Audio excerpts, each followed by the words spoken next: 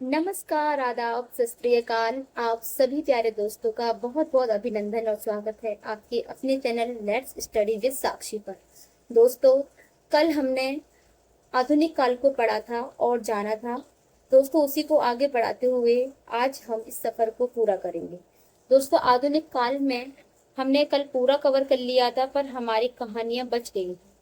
हमने हमारे जो सिलेबस है उसमें 21 कहानियां दी हुई हैं, पर समय को देखते हुए 21 कहानियां पढ़ना पॉसिबल नहीं है।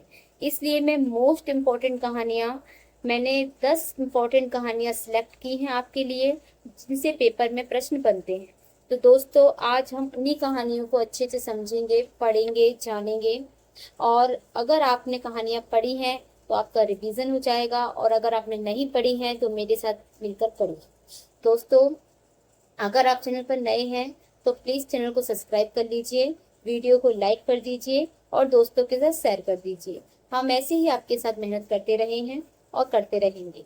दोस्तों, चलिए फिर आगे बढ़ते हैं, हमारी इस कहानियों के सफ़र से शुरुआत करते हैं। दोस्तों, कहानी स्टार्ट करने से पहले आप एक बार ये चार्ट देखें। मैंने ये चार्ट आपके लिए बहुत मेहनत से बनाया है दोस्तों, जिसमें मैंने सारी कहानियों के नाम लिखे हैं जो जो हम यहाँ पढ़ने वाले हैं, और उनके प्रकाशन वर्ष लिखे हुए हैं और लेखक का नाम लिखा हुआ है कि किसकी कहानी। तो दोस्तों, पहले हम इसको जान लेते हैं। हमारी पहली कहानी है एक टोकरी भर मिट्टी। इसके जो लेखक हैं वो है माधवराव सप्रे। प्रकाशन वर्ष है इसका 1901। दोस्तों, जो भी पढ़ा रही हूँ अच्छे से समझिएगा। कहीं पर भी अगर आपको कोई भी प्रॉब्लम आती है तो प्लीज़ मुझे कमेंट करके जरूर बताएं। दूसरी कहानी है दुलाई वाली। इसके लेखक हैं बंग महिला और इसका प्रकाशन वर्ष है 1907। तीसरी है हमारी उसने कहा था। ये बहुत प्यारी कहानी है, हम पढ़ेंगे अभी। इसके लेखक हैं चंद्रधर शर्मा गुलेरी और इसका प्रकाशन वर्ष है 1915। चौथी है हमारी पूस की रात। इसके लेखक हैं प्रेमचंद और इसका प्रकाशन वर्ष है 1930। पांचवी है हमारी पंच परमेश्वर। इसके लेखक हैं प्रेमचंद और इसका प्रकाशन वर्ष है 1916। छठवीं है हमारी सिक्का बदल गया और इसके लेखक हैं कृष्णा सोफ्ती। इसका प्रकाशन वर्ष है 1948। अगली है हमारी सातवीं चीफ की दावत। इसके लेखक हैं भीष्म साहनी। प्रकाशन वर्ष है 1956। आठवीं है हमारी तीसरी कसम। इसके लेखक हैं फणीश्वर नाथ रेणु और इसका प्रकाशन वर्ष है 1956।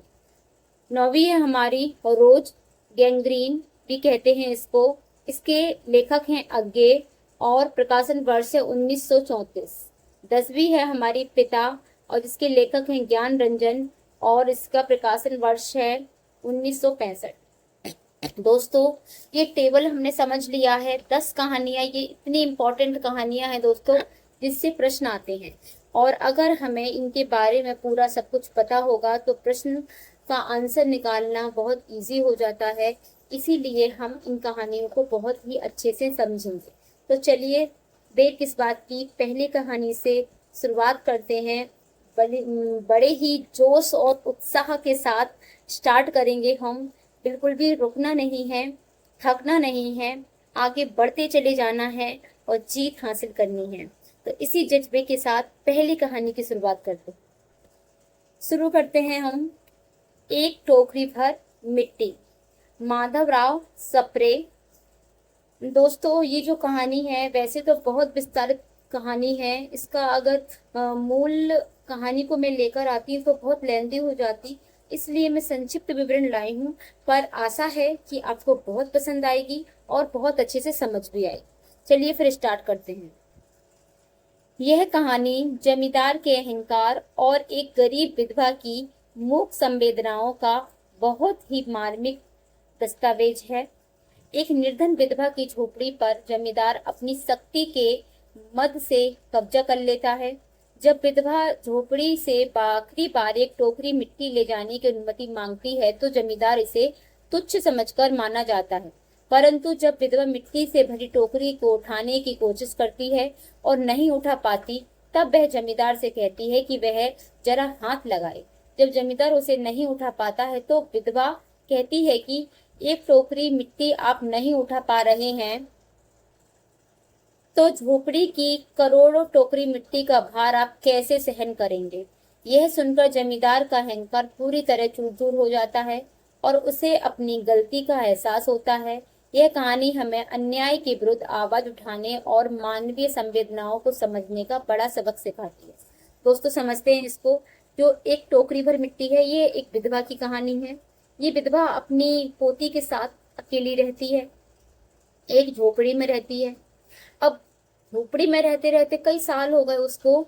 अचानक उस झोपड़ी का मालिक आ जाता है, जमींदार उसे खरीद लेता है और उसे उस झोपड़ी से निकल जाने के लिए कहता है। पर वह जो बूढ़ी औरत है वो नहीं निकलना चाहती है, क्योंकि उस झोपड़ी के अंदर उसकी यादें हैं।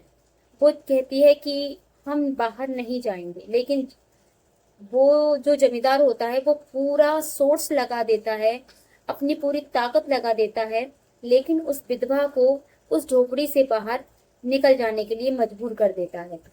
लेकिन विधवा भी बहुत समझदार थी। वो अपनी पोती के साथ उस झोपड़ी से बाहर चली जाती है। जब वो बाहर चली जाती है तो उसकी पोती और वो दोनों बहुत निराश हैं, बहुत उदास हैं। उसकी पोती ने 2 दिन से खाना नहीं खाया है। वो कहती है कि मैं खाना सिर्फ अपने घर में खाऊंगी। उसकी दादी उसे बहुत समझाती है, पर फिर भी वो नहीं खाती है।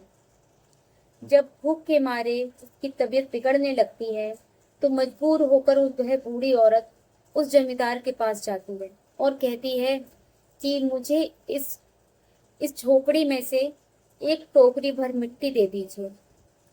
मैं यहाँ से सिर्फ एक टोकरी भर मिट्टी लेकर चुपचाप चली जाऊंगी। उसकी बात सुनकर जमींदार हाँ बोल देता है, कहता है ठीक है, ले जाओ। लेकिन जब वह उस झोपड़ी के भीतर जाती है और एक टोकरी भर के मिट्टी भर लेती है, फिर वजन की वजह से वह उठा नहीं पाती और कहती है कि मुझसे टोकरी उठाई नहीं जा रही है, क्या आप मेरी मदद करेंगे। जमींदार उसकी मदद करता है, तब वो भी वह टोकरी को नहीं उठा पाती। तब वह बूढ़ी औरत, उसके हृदय से ये कुछ वाक्य निकलते हैं। वो कहती है कि एक टोकरी भर मिट्टी तो आपसे उठाई नहीं जा रही है, तो इस झोपड़ी में तो करोड़ों मिट्टी भर के टोकरी भरकर मिट्टियां हैं, जिसमें हमारी यादें छुपी हुई हैं। उसको आप कैसे उठाएंगे। ये सुनकर जमींदार का हृदय पिघल जाता है। उसका हृदय पिघल जाता है और हृदय परिवर्तन हो जाता है। वो अपनी गलती के लिए पछतावा कर रहा है और उस बूढ़ी औरत से माफी मांगता है। वह उस बूढ़ी औरत से माफी मांगकर कहता है कि ये झोपड़ी आज से आप ही रख लो, मैं अपनी गलती के लिए बहुत बहुत शर्मिंदा हूँ। दोस्तों, माधवराव सप्रे की ये कहानी बहुत ही मार्मिक है, बहुत ही सच्ची कहानी है। सुनकर हमें बहुत ही अच्छा लगता है और हमारा हृदय भी भाव विभोर हो उठता है। तो ये थी हमारी पहली कहानी, जिसका नाम था एक टोकरी भर मिट्टी। आपको कैसी लगी कमेंट में जरूर बताएं। अगली कहानी की ओर चलते हैं। दोस्तों आगे बढ़ते हैं, दूसरी कहानी पर हम आ गए हैं। दूसरी कहानी है हमारी दुलाई वाली और इसके लेखक हैं बंग महिला। हिंदी साहित्य की शुरुआती और हास्य कौतुक से भरपूर यह कहानी ट्रेन के सफर के माध्यम से मानवीय व्यवहार को दिखाती है। नायक नवल किशोर अपनी पत्नी को लेने ससुराल जाता है। रास्ते में ट्रेन में एक पर्दे में लिपटी स्त्री आती है, जिसे देखकर नवल किशोर तरह तरह के मजाक करता है। वह स्त्री चुप रहती है। अंत में खुलासा होता है कि वह दुलाई वाली स्त्री कोई और नहीं बल्कि नवल किशोर की खुद की पत्नी है। उसने पति की परीक्षा लेने के लिए यह भेष बदला। नवल किशोर का चेहरा शर्म से झुक जाता है। यह कहानी हमें बताती है कि बिना सच्चाई जाने किसी पर टिप्पणी नहीं करना चाहिए। रिश्तों में विश्वास और सम्मान का होना कितना जरूरी है। दोस्तों, ये जो कहानी है दुलाई वाली, इसके कहानी के जो नायक है वो है नवल किशोर। भाई नवल किशोर जो है वो अपनी पत्नी को लेने अपनी ससुराल जा रहा है। ट्रेन के सफर में ये कहानी होती है। तो ये जो कहानी में नवल किशोर है वो थोड़ा हंसी मजाकिया टाइप का व्यक्ति है, ट्रेन में बैठा हुआ है। वहीं एक स्त्री आती है और वो स्त्री अपने आप को दुपट्टे या फिर कंबल से लपेटे हुए है, जिससे हम दुलाई कह रहे हैं, उससे खुद को ढक कर बैठी हुई है और कुछ नहीं बोलती है, चुप रहती है। नवल किशोर जब कोई स्त्री ट्रेन में हमें अकेली मिलती है तो लोग क्या करते हैं, तरह तरह की बातें करते हैं, हंसी मजाक करते हैं। और नवल किशोर ने भी वही किया, उसने हंसी मजाक किया और हंसी मजाक के चक्कर चक्कर में उसने खुद का ही सब कुछ बर्बाद कर लिया। नवल किशोर उसको देख के तरह तरह की बातें करता है, हंसी मजाक करता है और आगे चलता चला जाता है। और जब स्टेशन आता है और जब वो उतरता है और वो महिला भी उतरती है, तब वो अपना दुपट्टा हटाती है। और जैसे ही नवल किशोर को पता चलता है कि वो जो स्त्री है जो उसने जुलाई ओढ़ रखी थी, वो स्त्री कोई और नहीं, उसकी अपनी पत्नी है, उसके पैरों तले से दोस्तों जमीन खसक जाती है। उसके चेहरों से का रंग उड़ जाता है, चेहरे का रंग फीका पड़ जाता है। और वो कहता है, वो सोचता है कि मैंने बहुत गलत किया। उसकी जो पत्नी थी वो अपने पति की परीक्षा लेने के लिए भेष बदल कर ट्रेन में बैठी थी। वो जानना चाहती थी कि मेरे पति मेरे प्रति कितना विश्वास करते हैं। जब वो अपना विश्वास टूटते हुए देखती है तो उसे भी बहुत गुस्सा आती है और नवल किशोर भी शर्मिंदगी से अपना सर झुका लेता है। तो दोस्तों हमें किसी को भी बिना जाने से टिप्पणी नहीं करनी चाहिए। हमें अपने प्रेम के रिश्ते में, शादीशुदा रिश्ते में हमेशा ईमानदार होना चाहिए। बिना जाने बिना समझे किसी को ऐसे हंसी मजाक में ऐसे टिप्पणियां नहीं करनी चाहिए। हमें अपने पार्टनर के प्रति विश्वास रखना चाहिए और उसका सम्मान करना चाहिए। दोस्तों बड़ी प्यारी सी कहानी है, मुझे बहुत अच्छी लगी है, आपको भी अच्छी लगेगी जब आप इसको मूल कंटेंट के साथ कभी पढ़ेंगे। चलिए आगे बढ़ते हैं हम।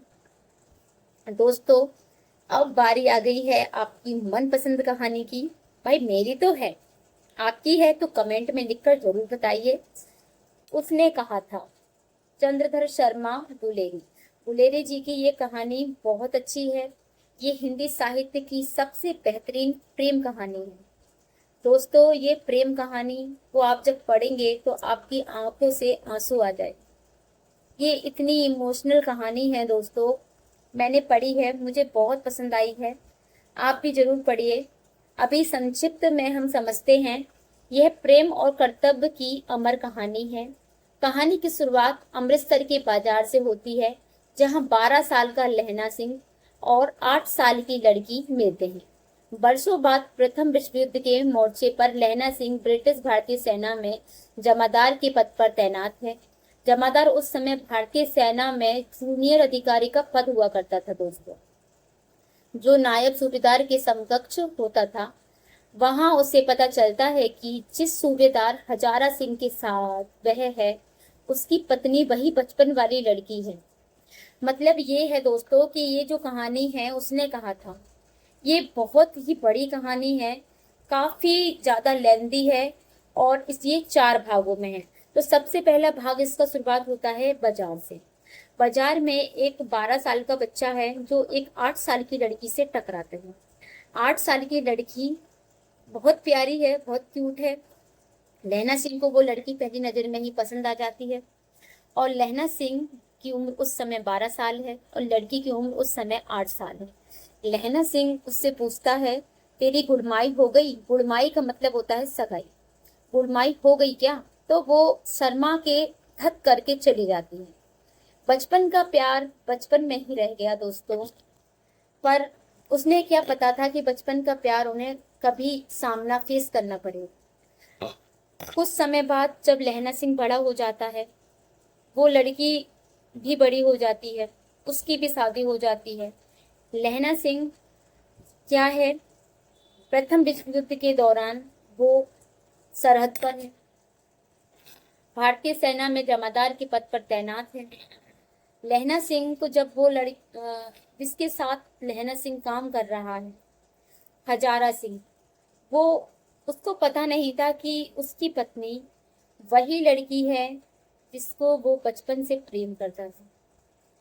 जब लहना सिंह को पता चलता है कि वो वही लड़की है जिससे वो बचपन में मिला था और प्रेम कर बैठा था, ये वही लड़की है, तब उस लड़की ने उससे कुछ कहा था। वो उसे अभी भी याद है कि उसने कहा था, ये उसे याद रहा। उसकी पत्नी बचपन वाली वही लड़की, वह लहना सिंह को अपने पति और बेटे बोधा सिंह की जान बचाने का वचन याद दिलाती है। लहना सिंह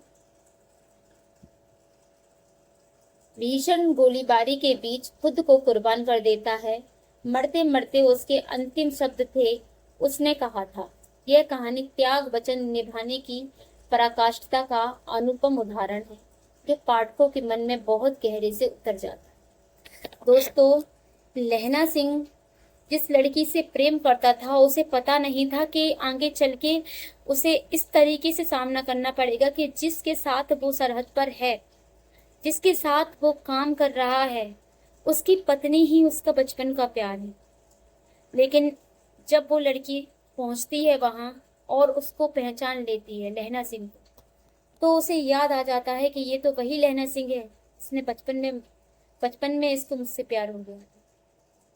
वो कहती है लहना सिंह से कि जैसे एक बार तुमने मुझे बचपन में बचाया था, आज उसी तरह तुम्हें मेरे पति और मेरे बेटे को भी बचाना है। मेरे पति हजारा सिंह और बेटा बोधा सिंह को उसी तरीके से बचाना है जिस तरीके से तुमने मुझे बचाया था। मुझे वचन दो कि आप ऐसा ही करोगे। और प्यार का मारा लहना सिंह वचन दे देता है, कहता है कि मैं जी जान से चाहे खुद कुर्बान हो जाऊं, पर उन दोनों की रक्षा करूं। लहना सिंह उन दोनों को बचाते बचाते खुद अपने जान की बाजी लगा देता है, खुद अपनी जान दे देता है और मरते मरते बस एक ही शब्द कहता है कि उसने कहा था।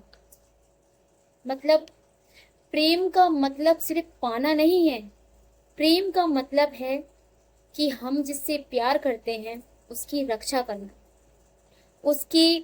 उसके एक वादे के लिए अपनी जान तक दे देना, ये होता है सच्चा प्रेम। जब भी इस कहानी को पढ़ते हैं तो लहना सिंह की जब किरदार को हम पढ़ते हैं, कहानी को जब पढ़ते हैं, तो हमारी आंखों से आंसू झलक आते हैं कि क्या प्रेम कहानी ऐसी ही होती है। हर प्रेम कहानी तो ऐसी नहीं होती दोस्तों, पर जो लहना सिंह की प्रेम कहानी है वो बहुत ही अच्छी है। उसके लिए प्यार का मतलब सिर्फ पाना नहीं है, प्यार का मतलब है वचन निभाना, अपने प्यार के लिए जान दे देना और अपनी प्यार की रक्षा करना। दोस्तों, ये कहानी बहुत अच्छी है, मुझे बहुत समझ आ गई है और आपको भी समझ आएगी। चलिए फिर आगे बढ़ते हैं। दोस्तों, हमारी चौथी कहानी है पूस की रात। प्रेमचंद जी की ये कहानी इतनी भावुक है कि क्या ही कहा जाए। एक किसान का बर्फीली रात में अपने खेत पर रुकना, जिसके पास कोई साधन ही नहीं है, और कैसे वो इतनी ठंड में सुकुड़ सुकुड़ कर रात गुजार के अपनी खेत की देखभाल यानी कि देख रेख कर रहा हो, निगरानी कर रहा हो। तो चलिए समझते हैं हमसे।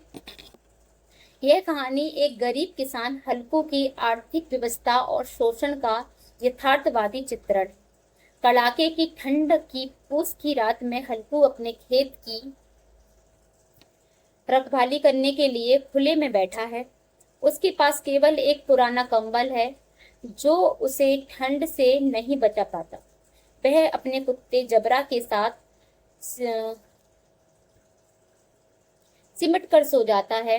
रात में नीलगांव का झुंड खेत में घुसकर फसल चढ़ जाता है।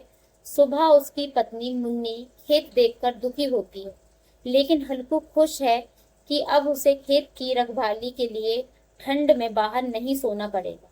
यह कहानी दर्शाती है कि गरीबी कैसे इंसान की संवेदनाओं और संघर्ष की क्षमता को शून्य कर देती है। यह किसान की ऐसी पीड़ा है जो सीधे हमारे हृदय पर प्रहार करती है। दोस्तों, ये जो कहानी है पूस की रात, ये बहुत ही सर्दियों की रातें हैं उस समय, और हल्कू नाम का एक किसान है जिसके पास ज्यादा साधन नहीं है, गरीब किसान है। उसके पास बस एक पुराना फटा हुआ सा कंबल है, और वो अपने खेत की निगरानी करने के लिए कि फसल खराब ना हो जाए, उसे कोई जानवर ना खा जाए, इसलिए वो वहीं पर कंबल की सहायता से अपने खेत पर रुकता है अपने प्यारे से जबरा के साथ। जबरा कौन है? उसका उसका एक पालतू कुत्ता है। ठीक है, तो जब वो रुकता है तो इतनी कड़ाके की ठंड है कि कंबल उसे नहीं बचा पा रहा है। अब रात में जब नील गायें आती हैं, दोस्तों नील गायें क्या होती हैं? ये ना गाय होती हैं, पर गाय जैसी ये दिखती नहीं है, ये थोड़ी थोड़ी घोड़े जैसी दिखती हैं, पर नील गाय इनको कहते हैं।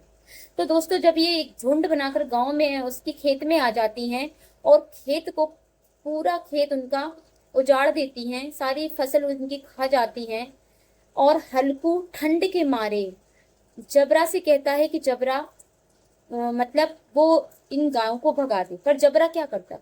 जबरा भौंकता है, लेकिन उसके भौंकने से कुछ नहीं होता। पर जो हल्कू है उसकी हिम्मत नहीं पड़ती कि वो कंबल से बाहर निकलकर उठकर चला जाए और गांव को भगा दे। वो ठंड के मारे वहीं सुखड़ा सुखड़ा सब कुछ होते हुए देखता रहता है और कुछ नहीं कर पाता। सुबह होती है, जब हल्कू की पत्नी वहां आती है तो वो देखती है तो वो रोने लगती है कि ये क्या हो गया। तब हल्कू कहता है कि मैं अपनी फसल नहीं बचा पाया, पर एक अच्छी बात यह है कि अब मुझे खेत में सोना नहीं पड़ेगा। इस बात की उसे खुशी होती है कि अब मुझे खेत में सोना नहीं पड़ेगा, निगरानी नहीं करनी पड़ेगी। तो प्रेमचंद जी ये बताना चाहते हैं कि ये पीड़ा हर उस किसान की है जिसके पास कोई साधन नहीं है, जो रात रात भर ठंड में खेतों की निगरानी करने के लिए निकाल देते हैं। ऐसे किसान को देखते हुए प्रेमचंद जी लिखते हैं कि हमारी जो किसानों की संवेदनाएं हैं, उनकी जो क्षमता को शून्य कर देती हैं। किसानों की जो पीड़ा है वो हमारे सीधे हृदय पर प्रहार करती है। इस कहानी से हमें बहुत सीख मिलती है, और साथ साथ में हमारे प्यारे किसान जो हैं, जो इतनी मेहनत करते हैं, ठंड नहीं देखते हैं, कुछ नहीं देखते हैं और मेहनत करते चले जाते हैं, ऐसे किसानों को मेरा सलाम। चलिए दोस्तों, आई होप कि कहानी आपको अच्छी लगी होगी और समझ भी आई होगी। तो दोस्तों आगे बढ़ते हैं। दोस्तों अगली कहानी है हमारी पंच परमेश्वर। प्रेमचंद जी द्वारा लिखित है ये। पंच परमेश्वर निष्पक्ष न्याय और मित्रता के धर्म पर आधारित एक महान कहानी है। कहानी के दो मित्र जुम्मन शेख और अलगू चौधरी की कहानी है। जुम्मन की खाला अपनी संपत्ति जुम्मन के नाम करती है, लेकिन बाद में जुम्मन उसका अनादर करने लगता है। खाला न्याय के लिए पंचायत बुलाती है, जिसमें जुम्मन खुद पंच चुना जाता है, लेकिन पंच के आसन पर बैठकर जुम्मन अपनी मित्रता भूलकर निष्पक्ष न्याय करता है। दोस्तों, प्रेमचंद जी की यह कहानी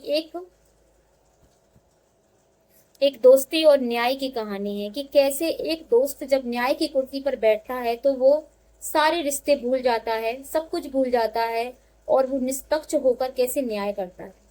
पंच परमेश्वर कहा गया है, क्यों? क्योंकि पंच की कुर्सी पर जो बैठता है वो एक ईश्वर की जगह पर बैठा हुआ है, और उसे न्याय करना है, चाहे उसके सामने उसका घर परिवार ही क्यों ना हो, लेकिन जब वो न्याय करेगा तो निष्पक्ष होके करेगा। इसी तरह ये जो कहानी है, इसमें दो दोस्तों की कहानी है। पहले दोस्त हैं जुम्मन शेख और अलगू चौधरी। जुम्मन शेख की खाला अपनी संपत्ति जुम्मन के नाम कर देती है। जो जुम्मन शेख हैं, उनकी खाला ने अपनी संपत्ति किसके नाम कर दी है? जुम्मन के नाम कर दी है।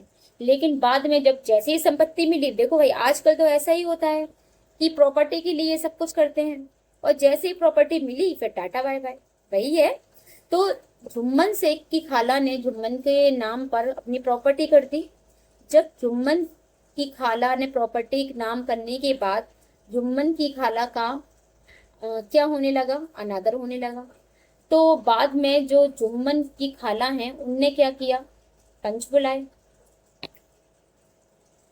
जिसमें जुम्मन खुद पंच चुना जाता है और खाला के पक्ष में फैसला सुनाता है।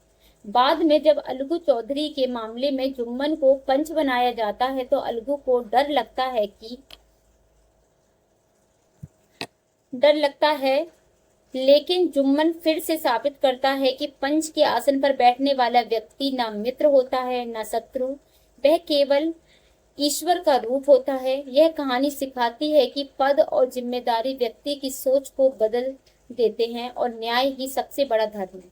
दोस्तों, इस कहानी से हमें यह पता चलता है कि जब जुम्मन शेख अपनी पंच की कुर्सी पर जब बैठता है तो बिल्कुल ही न्याय वाला फैसला करता है, अपनी खाला के न्याय में फैसला करता है। उधर अलगू चौधरी को ये लगता है कि ऐसा ना हो कि जुम्मन शेख मेरे खिलाफ कुछ कह दे, लेकिन ऐसा नहीं होता है। जब अलगू चौधरी भी सरपंच बनता है तब वो भी न्याय का फैसला करता है। तब उन्हें ये समझ आता है कि न्याय की कुर्सी पर जो बैठता है, पंच की कुर्सी पर जो बैठता है, वो निष्पक्ष होकर न्याय करता है। उसके सामने जो भी व्यक्ति होता है वो किसी का मित्र नहीं होता, कोई शत्रु नहीं होता, न्याय करने वाला रिश्ते नहीं देखा करता, वो निष्पक्ष होकर न्याय करता है। और इस कहानी में सबसे अच्छी बात यही है कि न्याय ही सबसे बड़ा धर्म है, क्योंकि न्याय करते वक्त तुम्हें ये नहीं देखना है कि सामने वाला आपका दोस्त है, शत्रु है, कुछ भी है वो, लेकिन जब न्याय करोगे तो बिल्कुल न्याय निष्पक्ष होकर करना चाहिए। तो ये दोस्ती की कहानी थी, पंच परमेश्वर की कहानी थी। हमने जान ली कि कैसे न्याय करते वक्त एक पंच जो होता है वो ईश्वर की जगह बैठा हुआ होता है। आई होप ये कहानी आपको समझ आई होगी। आगे बढ़ते हैं। अगली कहानी है हमारी सिक्का बदल गया, कृष्णा सोबती। दोस्तों, कृष्णा सोबती की यह कहानी बहुत ही मार्मिक है। इसको हम ऐसे समझेंगे जैसे कि जब हमारे देश में विभाजन हुआ। समझिए, ये विभाजन के समय की ही कहानी है। जब हमारा भारत और पाकिस्तान अलग हुआ तो कैसे लोगों के घर उजड़ गए, कैसे लोगों का बर्ताव बदल गया, कैसे लोग बदल जाते हैं, ये दिखाया गया है कि सिक्का बदल गया। नाम से ही पता चलता है सिक्का बदल गया। कैसे सिक्का बदल गया, चलिए जानते हैं। यह देश विभाजन की त्रासदी का एक अत्यंत गहरा और मार्मिक दस्तावेज है। सहानी एक संपन्न और प्रतिष्ठित महिला है जिसकी हवेली, जमीन और सामाजिक प्रतिष्ठा है, लेकिन जैसे ही विभाजन का सिक्का यानी सत्ता बदलती है, सहानी की पूरी दुनिया उजड़ जाती है। जिन लोगों को उसने अपने बच्चों की तरह पाला वही अब दुश्मन बन जाते हैं। सहानी अंत में सब कुछ पीछे छोड़कर एक शरणार्थी की तरह हवेली से बाहर निकल पड़ती है। यह कहानी दिखाती है कि कैसे राजनीतिक उथल पुथल दशकों पुराने मानवीय रिश्तों को रातों रात खत्म कर देती है। कृष्णा सोबती का यह चित्रण मानवता और संवेदनाओं के प्रति सचेत करता है कि हमें नफरत की आग से बचकर प्रेम का रास्ता चुनना चाहिए ताकि भविष्य में ऐसी त्रासदी दोबारा ना हो। दोस्तों, इसको अच्छे से समझेंगे हम कि सहानी नाम की एक महिला है, बहुत पैसे वाली है, हवेली है उनकी, खेती बाड़ी जायदाद बहुत कुछ है, लेकिन वो पाकिस्तान में रह रही है। अब जब विभाजन का समय आया तो पाकिस्तान में रहते हुए भी जब वो इतनी पैसे वाली है, सब कुछ है उनके पास, घर, मकान, जमीन, जायदाद, नौकर चाकर सब कुछ है, वही नौकर चाकर उनकी हर एक बात मानते हैं, जो कहते हैं वो करती हैं। लेकिन जैसे ही विभाजन होता है तो उनकी भरी हुई हवेली और उनके आसपास के लोग सब बदल जाते हैं, कोई भी उनका कहना नहीं मानता है। फिर तो सहानी सोचती है मन में कि अचानक रातों रात ये क्या हो गया। कल तक सब मेरी बात सुनते थे, सब कुछ मेरे हाथ में होता था, जिन लोगों को मैंने अपना समझा, अपना माना, उन्हें खुद से हर एक चीज से पाला है, हर एक चीज में उनकी मदद की है, हमेशा मदद की है, और आज वही लोग उनके खिलाफ हो गए। तब वो कहती हैं कि सिक्का बदल गया। वो अपनी ही हवेली से एक शरणार्थी की तरह बाहर निकलती हैं और शरणार्थी की तरह बाहर निकलकर अपनी हवेली छोड़ देती हैं। अपना वो घर परिवार छोड़ देती हैं जहां पर वो शुरू से बचपन से रहती चली आ रही है। वो सब कुछ छोड़ करती हैं जब तो मन में उनके ख्याल आता है कि ये कैसी अजीब पीड़ा है, कैसा ये बदलाव है। आज तो सिक्का बदल गया है। भाई यहाँ सिक्के को लेकर असली की सिक्के या पैसे की बात, मुद्रा की बात नहीं हो रही है दोस्तों। यहाँ हो रही है रिश्तों की बात, कि कैसे एक ही पल में सारे रिश्ते बदल गए। कल वही लोग जो हमें सर झुका के सलाम करते थे, आज वही लोग हमारी जान के दुश्मन बन गए। वही लोग हमें यहाँ हमारे घर से भागने पर मजबूर कर रहे हैं। तो दोस्तों, ये कहानी कृष्णा सोपती जी ने इस कहानी में अपने मन के भावों को मोतियों की तरह इन शब्दों में पिरोया। दोस्तों, ये कहानी बहुत ही भावुक कहानी है। कृष्णा सोपती ने बहुत ही भावुकता से इसे लिखा है और वो कहती हैं कि भविष्य में कभी भी ऐसी त्रासदी दोबारा ना हो, इसलिए हमें अपनी मानवता और संवेदनाओं के प्रति सचेत रहना चाहिए। दोस्तों, अब जरूर आपको ये कहानी समझ आई होगी। कहानी है ही ऐसी। इस कहानी को समझने के लिए आपको अपने हृदय में परिवर्तन करना हो, तब ये कहानी आपको समझ आई। चलिए आगे बढ़ते हैं। अगली कहानी है हमारी चीफ की दावत। भीष्म साहनी द्वारा ये लिखित कहानी है। भीष्म साहनी ने बहुत ही अच्छे शब्दों में इसको लिखा है।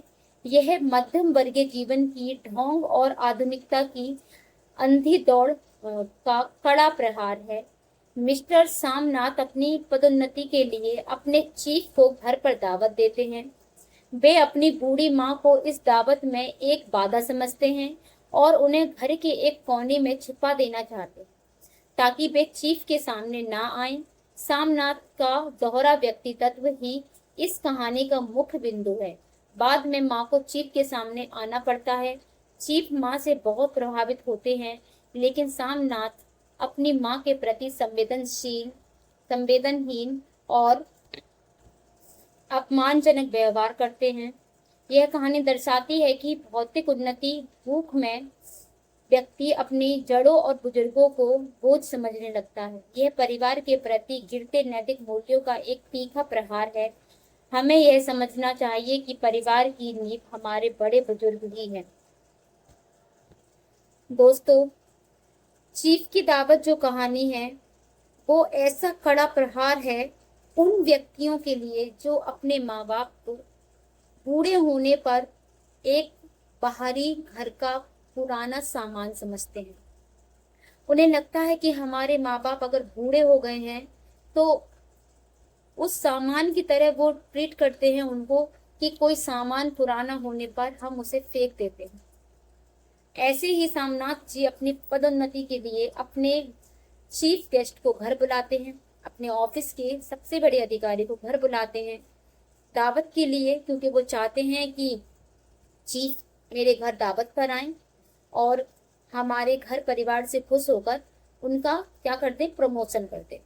पर होता नहीं है ऐसा, क्योंकि जो सामनाथ जी हैं वो अपनी माँ को इस पूरे काम में बाधा समझते हैं। उन्हें लगता है कि अगर वो बूढ़ी माँ को देखेंगे तो मेरे जो चीफ हैं वो निराश हो जाएंगे और मेरी पदोन्नति नहीं हो पाएगी।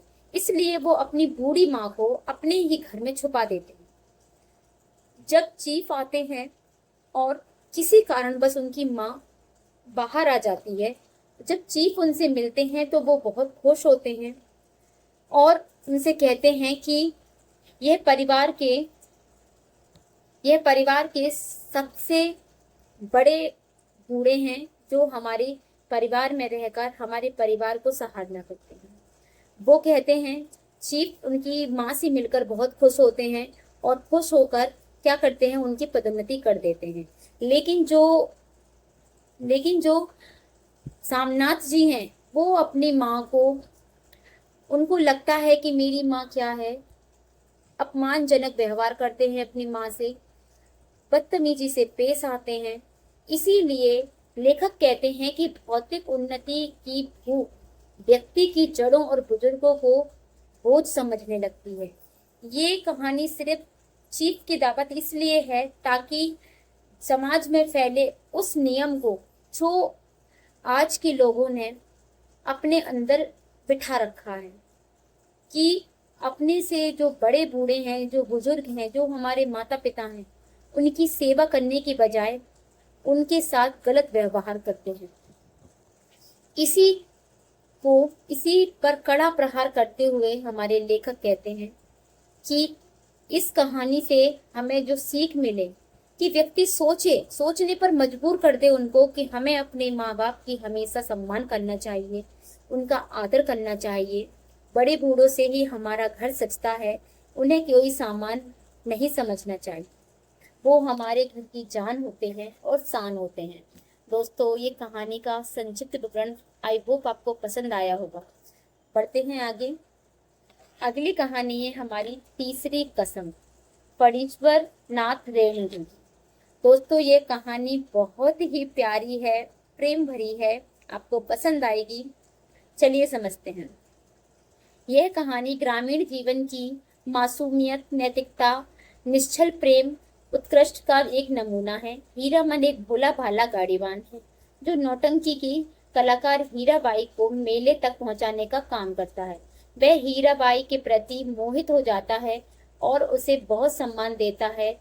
हीरामन ने कस्में खाई थी कि वह कभी नौटंकी की किसी भी औरत को गाड़ी में नहीं बिठाएगा, लेकिन हीराबाई की सादगी देखकर वह अपनी तीसरी कसम तोड़ देता है। इस पूरी यात्रा में वह हीराबाई के प्रति बेहद पवित्र प्रेम महसूस करता है। यह कहानी दिखाती है कि सच्चा प्रेम कोई व्यापार नहीं, बल्कि दुनिया से अलग एक पवित्र दुनिया को उकेरा है। यहाँ भावनाओं का मोल भौतिकता से नहीं ज्यादा दिखाया गया है। दोस्तों, ऐसे समझते हैं ये जो कहानी है, इसमें एक गाड़ीवान रहता है जिसका नाम क्या है, हीरामन। हीरामन गाड़ीवान है, मतलब गाड़ी चलाता है, लेकिन कभी भी वो तस्करी का सामान अपनी गाड़ी में रखने के लिए कसम खाता है कि वो तस्करी का कोई भी सामान अपनी गाड़ी से नहीं ढोएगा। फिर उसके साथ एक घटना होती है जिसमें वो एक बार उसकी गाड़ी पकड़ी जाती है, तो फिर वो दूसरी कसम खाता है कि अब वो कभी भी अपनी गाड़ी में बांस नहीं रखेगा। आगे चल के हीरामन की गाड़ी में एक नौटंकी वाली महिला बैठती है, जो नौटंकी वाली है जिसका नाम हीराबाई है, और वो एक नाचने वाली है। हीराबाई हीरामन को बहुत पसंद आती है। उसको हीराबाई से बात करके उसको एहसास होता है कि हीराबाई एक अलग दुनिया से है, वो एक परी है। उसके लिए वो एक परी है, मन ही मन वो उसे एक पवित्र प्रेम करने लगता है। लेकिन हीराबाई जिस दुनिया से है, उस दुनिया में उसका जाना पॉसिबल नहीं है। जब वो हीराबाई को मेले तक छोड़ देता है, और मेले पर छोड़ने के बाद वो मेले में हीराबाई के लिए एक उपहार लेता है। उपहार देने के लिए जब वो हीराबाई के पास जाता है, तो देखता है कि नाचने वाली नौटंकी वालियों के साथ लोगों का व्यवहार अलग होता है। वो लोग उनको गलत नजरिए से देखते हैं। तो ये देखकर उसको निराशा होती है, दुख होता है, लेकिन हीराबाई के लिए इज्जत और सम्मान कम नहीं होता। वो मन ही मन उसे प्रेम तो करता है, लेकिन एक नौटंकी वाली उसकी जिंदगी में नहीं आ सकती, इसलिए वो सोचकर थोड़ा अपने आप को रोक लेता है। हीरामन बहुत ही भोला भाला व्यक्ति है, और वो उसी क्षण कसम खा लेता है कि वो तीसरी कसम खाएगा कि कभी भी नौटंकी वाली सवारी नहीं बिठाएगा। इसमें कुछ भी लिखा हो दोस्तों, लेकिन जो मैं समझा रही हूँ वही सही है कि हीरामन ने 3 कस्में खाई हुई थी। पहली कसम ये थी कि तस्करी का सामान नहीं ढोएगा, दूसरी कसम थी कि वो बांस का सामान नहीं ढोएगा, और तीसरी कसम थी कि वो कभी भी अपनी गाड़ी में नौटंकी वाली सवारी नहीं बिठाएगा।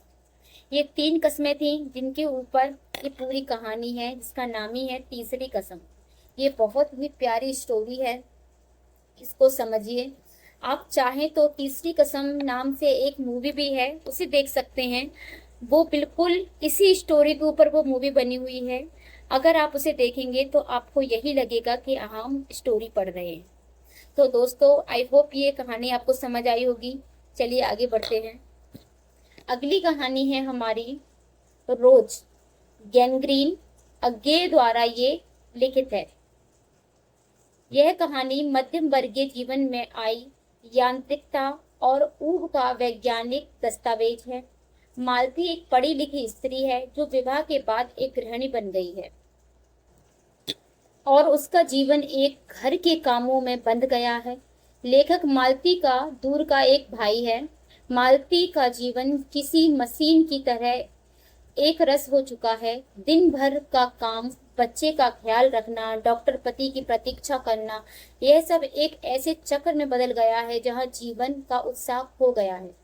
कहानी का नाम गैंग्रीन एक बीमारी का संकेत है जो यह दर्शाता है कि कैसे जीवन की निरसता धीरे धीरे इंसान की आत्मा को सड़ा देती है। यह कहानी आधुनिक समाज में स्त्रियों के घुटन भरे जीवन और व्यक्तित्व के दमन का बहुत ही यथार्थवादी चित्रण प्रस्तुत करती है। अज्ञे ने स्त्री की उस आंतरिक पीड़ा को उजागर किया है जो चुपचाप सिसक रही है। दोस्तों, अज्ञे जी कहते हैं कि ये एक मिडिल क्लास के घर की कहानी है कि एक पढ़ी लिखी लड़की की जब शादी हो जाती है तो वो कैसे अपने मन को एक ही जगह लगा लेती है कि शादी हो गई हमारी, बच्चे हो गए, बस एक ही काम करना है उनको, वही रोज का काम। अपना घर देखो, घर का काम, खाना बनाना, पति की इंतजार करना, बच्चे का ख्याल रखना, ये सारे काम एक स्त्री इन्हीं कामों में उलझ के रह जाती है। एक गृहिणी बनकर वो अपने मन के सपनों को पूरा नहीं कर पाती और उसी में सिमट के रह जाती है। मालती भी वही है। इस कहानी की जो नायिका है मालती और जो लेखक हैं वो उनके दूर के भाई हैं। मालती का जो जीवन है वो इसी में उलझ के रह गया है। वो ये लेखक ये कहना चाहते हैं कि गैंग्रीन एक बीमारी होती है जो लोगों को अंदर ही घाव को सड़ा देती है। ये एक जानलेवा बीमारी है। वही बीमारी मालती को हो गई है कि उसको लगता है कि जीवन एकदम बेकार है, बस वही रोज का एक ही काम, वही घर संभालना, बच्चे संभालना, पति की इंतजार करना, वही एक ही काम रह गया है। वो अपने ऐसा लगता है उसे कि सपने तो कहीं खो गए हैं, वो उत्साह खो गया है।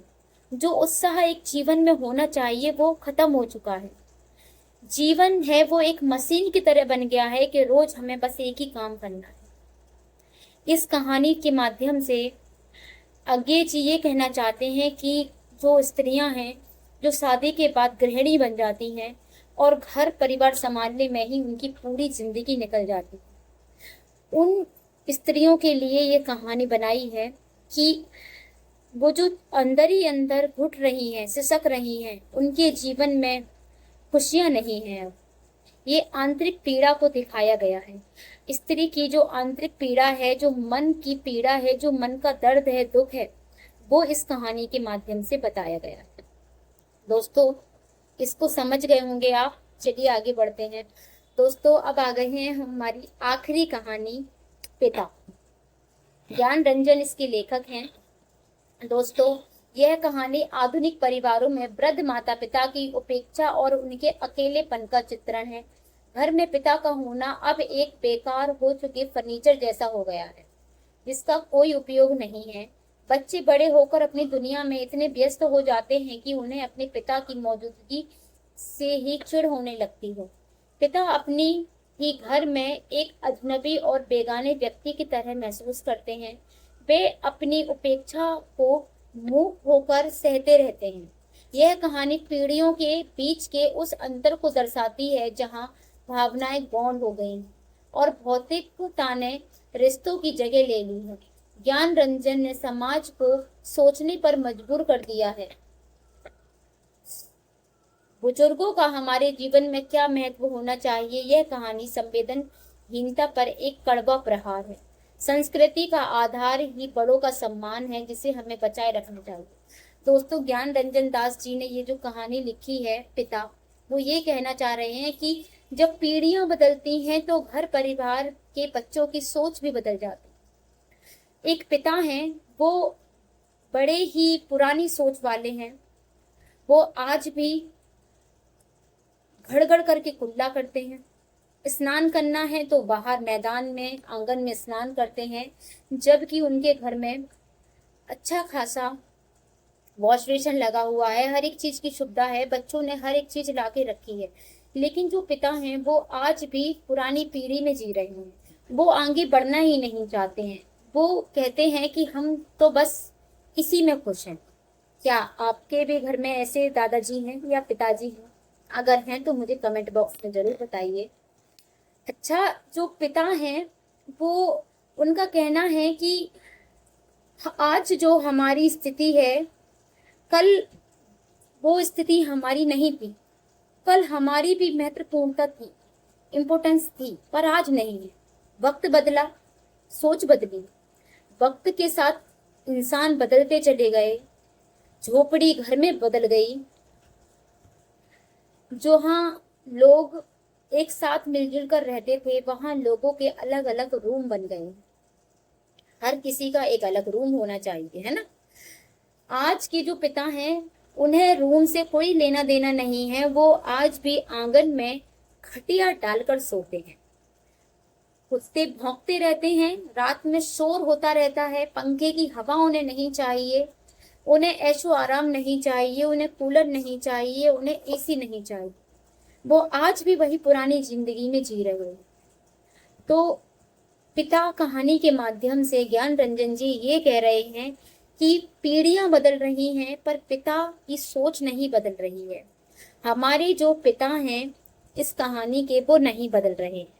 हमारे पिता जो हैं वो एक पुराने सामान की तरह हो गए हैं, जिसकी कोई महत्वपूर्णता नहीं है।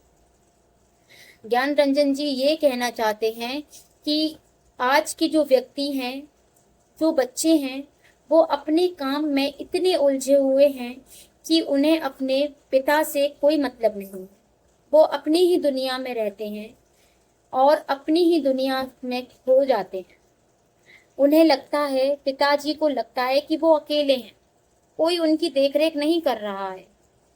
इसीलिए वो अपनी मर्जी से जीते हैं, अपनी मर्जी। सालों पुराना एक बक्सा रखे हुए हैं, उसमें पता नहीं खाने पीने की चीजें रखी हुई हैं जो सड़ रही हैं, जिन्होंने सालों से खोला भी नहीं है। तो बच्चों को ये सब पसंद नहीं आता। पिता बदलना नहीं चाहते, लेकिन ज्ञान रंजन दास जी ये दिखाना चाह रहे हैं कि पिता बदलना नहीं चाहते हैं, पर बच्चे उन्हें बदलने पर मजबूर कर रहे हैं। पर पिता नहीं बदलना चाहते। पिता कहते हैं कि हम तो अपनी पुरानी जिंदगी जिएंगे, चाहे दुनिया आज इंस्टाग्राम और फेसबुक की ही हो गई हो, लेकिन हम नहीं बदलेंगे। तो दोस्तों, ये है पिता कहानी, जिसमें हमें अपनी संस्कृति के आधार पर अपने बड़ों का सम्मान करना चाहिए, उनके सम्मान को बचाए रखना चाहिए। उन्हें अपने घर का सामान नहीं समझना चाहिए। बड़े ही हमारे घर की शान होते हैं, जान होते हैं, इसीलिए उनका हमेशा आदर करना चाहिए। ऐसे विचार रखने वाले ज्ञान रंजन जी ने हमें समाज पर ये तीखा प्रहार किया हुआ है। दोस्तों, ये थी हमारी 10 कहानियां, जो मुझे आशा है कि आपको समझ आई होंगी। ये कहानियाँ बहुत ही इम्पोर्टेंट हैं, आप इन्हें अच्छे से समझ लीजिए। ये PDF भी आपको मिल जाएगी मेरे टेलीग्राम चैनल पर, जिसका लिंक डिस्क्रिप्शन बॉक्स में रहता है। दोस्तों, आपको कहानियाँ कैसी लगी, मेरा पढ़ाया हुआ आपको समझ आता है तो प्लीज़ कमेंट बॉक्स में ज़रूर बताइए। अगर आप चैनल पर नए हैं तो चैनल को सब्सक्राइब कर लीजिए, क्योंकि यहाँ बहुत ही यूज़फुल कंटेंट आपको मिलने वाला है। दोस्तों, साथ ही हम नेट के साथ साथ और भी एग्ज़ामों की प्रिपरेशन करेंगे, UP टेट की भी प्रिपरेशन करेंगे। मैं पूरा SST आपको पढ़ाने वाली हूँ, उसके लिए भी आपको बहुत सारा कंटेंट मिलेगा। सारी वीडियो आपके लिए यूज़फुल होंगी। तो हम मिलते हैं अपनी अगली वीडियो में। चैनल को सब्सक्राइब कर लीजिए, वीडियो को लाइक कर दीजिए और अपने दोस्तों में शेयर कर दीजिए। मिलते हैं अगली वीडियो में, तब तक के लिए बाय। अपना ख्याल रखिए, टेक केयर।